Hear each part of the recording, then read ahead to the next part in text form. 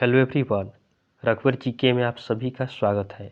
आज हम लोग सीटेट एग्जाम 2018 में सामाजिक विज्ञान एवं शिक्षा शास्त्र के जितने भी पूछे गए प्रश्न हैं उनका डिस्कशन करेंगे, जो आपके एग्जाम के दृष्टिकोण से काफ़ी इम्पोर्टेंट है। तो आप वीडियो को अंत तक देखें और वीडियो पसंद आए तो चैनल को सब्सक्राइब जरूर करें। तो चलिए आज का क्लास हम स्टार्ट करते हैं। हमारा पहला प्रश्न है, स्थल का एक संकरा भाग जो दो बड़े स्थलीय भागों को एक दूसरे से जोड़ता है उसे क्या कहते हैं? तो स्थल का एक संकरा भाग जो दो बड़े स्थलीय भागों को एक दूसरे से जोड़ता है उसे स्थल संधि कहा जाता है। तो ऑप्शन ए हमारा सही उत्तर होगा कि स्थल का एक संकरा भाग जो दो बड़े स्थलीय भागों को जोड़ना, तो स्थल को जोड़ना क्या कहलाएगा? स्थल संधि कहलाएगा। अगला प्रश्न है, निम्नलिखित में से कौन सा महाद्वीप आकार में सबसे छोटा है? तो सबसे छोटा महाद्वीप कौन सा है? तो इसका सही उत्तर होगा ऑप्शन डी, ऑस्ट्रेलिया। अगर आपसे पूछा जाए कि जनसंख्या की दृष्टि से सबसे छोटा महाद्वीप कौन सा है, तो जनसंख्या की दृष्टि से सबसे छोटा महाद्वीप अंटार्कटिका महाद्वीप है। उसके बाद सबसे बड़ा महाद्वीप कौन सा है? तो सबसे बड़ा महाद्वीप आपका एशिया महाद्वीप है। तो आप इन सभी को ध्यान रखेंगे, आपके एग्जाम के लिए काफ़ी इम्पोर्टेंट है। अगला प्रश्न है, उच्च प्राथमिकता स्तर पर सामाजिक विज्ञान में शामिल है। उच्च प्राथमिकता स्तर पर सामाजिक विज्ञान में कौन कौन से सब्जेक्ट शामिल हैं? तो उच्च प्राथमिकता स्तर पर आपका इतिहास, भूगोल, राजनीति विज्ञान और अर्थशास्त्र ये शामिल होते हैं। तो ऑप्शन बी हमारा सही उत्तर होगा कि उच्च प्राथमिकता स्तर पर सामाजिक विज्ञान में इतिहास, भूगोल, राजनीति विज्ञान और अर्थशास्त्र शामिल है। नेक्स्ट क्वेश्चन को देखते हैं। अगला प्रश्न है, आगमनात्मक अधिगम निम्नलिखित में से किस विधा का विरोधाभासी है? आगमनात्मक अधिगम इनमें से किस विधा का आपका विरोधाभासी है? तो इसका सही उत्तर होगा ऑप्शन डी, व्याख्यात्मक शिक्षण। तो आपका आगमनात्मक अधिगम व्याख्यात्मक शिक्षण का विरोधाभासी है। नेक्स्ट क्वेश्चन को देखते हैं। अगला प्रश्न है, अनुभवजन्य साक्ष्य क्या है? अनुभवजन्य साक्ष्य क्या है?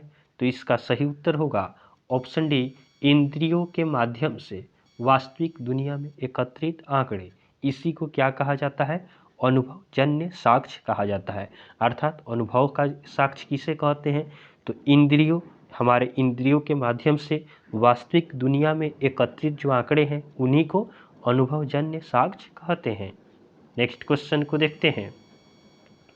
अगला प्रश्न है, भौतिक विशेषताओं के मॉडल डैश शिक्षण के लिए सबसे अधिक उपयुक्त हैं। भौतिक विशेषताओं के मॉडल डैश शिक्षण के लिए सबसे अधिक उपयुक्त हैं। तो इस प्रश्न का सही उत्तर होगा ऑप्शन बी, भूगोल। तो आपका भौतिक विशेषताओं के मॉडल आपका भूगोल शिक्षण के लिए सबसे अधिक उपयुक्त है।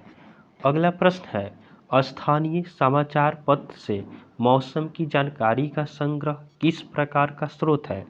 स्थानीय समाचार पत्र से मौसम की जानकारी का संग्रह किस प्रकार का स्रोत है? तो इसका सही उत्तर होगा ऑप्शन ए, प्राथमिक स्रोत।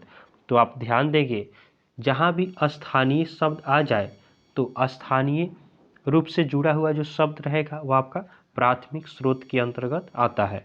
तो स्थानीय समाचार पत्र से मौसम की जानकारी का संग्रह किस स्रोत पर आएगा? तो यह आपका प्राथमिक स्रोत के अंतर्गत आता है। नेक्स्ट क्वेश्चन को देखते हैं। सीखने की अक्षमता वाले शिक्षार्थी किस प्रकार की कक्षा में अन्य छात्रों के साथ सीखते हैं? सीखने की अक्षमता अर्थात जिन बच्चों में सीखने की क्षमता नहीं होता है वे किस प्रकार की कक्षा में अन्य छात्रों के साथ सीखते हैं? तो इसका सही उत्तर होगा ऑप्शन ए, समावेशी। वे समावेशी वाले कक्षा में अन्य छात्रों के साथ सीखते हैं। नेक्स्ट क्वेश्चन को देखते हैं। अगला प्रश्न है, कक्षा में सहकारी शिक्षा को बढ़ावा देने के लिए एक शिक्षक को चाहिए। तो कक्षा में सहकारी शिक्षा को बढ़ावा देने के लिए एक शिक्षक को चाहिए कि छात्रों को बहस और चर्चाओं में लगाएं। अर्थात यहाँ पे क्या दिया है कि कक्षा में सहकारी शिक्षा को बढ़ावा देने के लिए एक शिक्षक को चाहिए। तो सहकारी शिक्षा को बढ़ावा देने के लिए शिक्षक को चाहिए कि छात्रों को बहस और चर्चाओं में लगाएं। नेक्स्ट क्वेश्चन को देखते हैं। अगला प्रश्न है, एक आत्म निर्देशित आत्म अनुशासित सोच जो एक उचित तरीके से गुणवत्ता के उच्चतम स्तर तक तर्क करने का प्रयास होता है उसे कहते हैं। एक आत्मनिर्देशित आत्म अनुशासित सोच जो एक उचित तरीके से गुणवत्ता के उच्चतम स्तर पर तर्क करने का प्रयास होता है उसे कहते हैं। तो इसका सही उत्तर हो जाएगा ऑप्शन डी, आलोचनात्मक सोच। तो एक आत्मनिर्देशित आत्म अनुशासित सोच जो एक उचित तरीके से गुणवत्ता के उच्चतम स्तर पर तर्क करने का प्रयास होता है उसे आलोचनात्मक सोच कहते हैं। नेक्स्ट क्वेश्चन को देखते हैं। अगला प्रश्न है, अजंता गुफा चित्रों में इस्तेमाल किए गए रंग निम्नलिखित में से किस सामग्री से प्राप्त किए गए हैं? अजंता गुफा चित्रों में इस्तेमाल किए गए रंग निम्नलिखित में से किस सामग्री से प्राप्त किए गए हैं? तो इसका सही उत्तर होगा ऑप्शन बी, पौधों और खनिज से प्राप्त किए गए हैं। नेक्स्ट क्वेश्चन को देखते हैं। अगला प्रश्न है, सबसे पुरानी पांडुलिपियाँ डैश पर लिखी गई थी? तो सबसे पुरानी पांडुलिपियाँ किस पे लिखी गई थी? तो इसका सही उत्तर होगा ऑप्शन डी, ताड़पत्रों। तो आपका सबसे पुरानी जो पांडुलिपियाँ है वह आपका ताड़पत्रों पर लिखी गई थी। अगला प्रश्न है, मानव इतिहास में निम्नलिखित में से कौन सी अवधि सबसे लंबी है? तो हमें बताना है कौन सी अवधि आपका सबसे लंबी है। तो इसका सही उत्तर होगा ऑप्शन डी, पूरा पाषाण काल। इसका काल आपका सबसे अधिक था। नेक्स्ट क्वेश्चन को देखते हैं। अगला प्रश्न है, भारत के निम्नलिखित राज्यों में से किस एक राज्य में हड़प्पा के नगर सबसे बड़ी संख्या में मिले हैं? तो भारत के निम्नलिखित राज्यों में से किस एक राज्य में हड़प्पा के नगर सबसे बड़ी संख्या में मिले हैं? तो इसका सही उत्तर होगा ऑप्शन बी, गुजरात। तो आपका गुजरात में हड़प्पा के सबसे अधिक नगर मिले हैं। आप ध्यान रखेंगे, यह काफ़ी इम्पोर्टेंट प्रश्न है। अगला प्रश्न है, ऋग्वेद मूल रूप से निम्नलिखित में से किस भाषा में रचा गया था? ऋग्वेद मूल रूप से निम्नलिखित में से किस भाषा में रचा गया था? तो इसका सही उत्तर होगा ऑप्शन बी, संस्कृत। तो आपका ऋग्वेद मूल रूप से संस्कृत में रचा गया। नेक्स्ट क्वेश्चन को देखते हैं। अगला प्रश्न है, 6ठी शताब्दी ईसा पूर्व में मगध महाजनपद के पहले शासक कौन थे? 6ठी शताब्दी ईसा पूर्व में मगध महाजनपद के पहले शासक कौन थे? तो इस प्रश्न का सही उत्तर होगा ऑप्शन बी, बिंबिसार। तो आपका 6ठी शताब्दी ईसा पूर्व में मगध महाजनपद के पहले शासक बिंबिसार थे। नेक्स्ट क्वेश्चन को देखते हैं। अगला प्रश्न है, निम्नलिखित में से कौन सा बौद्ध धर्म के त्रिरत्नों में से शामिल नहीं है? तो हमें बताना है कि बौद्ध धर्म के त्रिरत्नों में से शामिल कौन सा नहीं है। तो इसका सही उत्तर होगा ऑप्शन बी, अहिंसा। अहिंसा आपका बौद्ध धर्म के त्रिरत्न में शामिल नहीं था। बौद्ध धर्म के त्रिरत्न कौन कौन से थे? तो बौद्ध धर्म के त्रिरत्न आपका धम्म, संघ और बुद्ध था। अहिंसा आपका बौद्ध धर्म के त्रिरत्न के अंतर्गत नहीं आते हैं। अगला प्रश्न है, निम्नलिखित में से कौन राज्यसभा सदस्यों का चुनाव करता है? राज्यसभा सदस्यों का चुनाव कौन करता है? तो इसका सही उत्तर हो जाएगा ऑप्शन सी, विधानसभा के सदस्य। तो विधानसभा के सदस्यों द्वारा राज्यसभा सदस्यों का चुनाव होता है।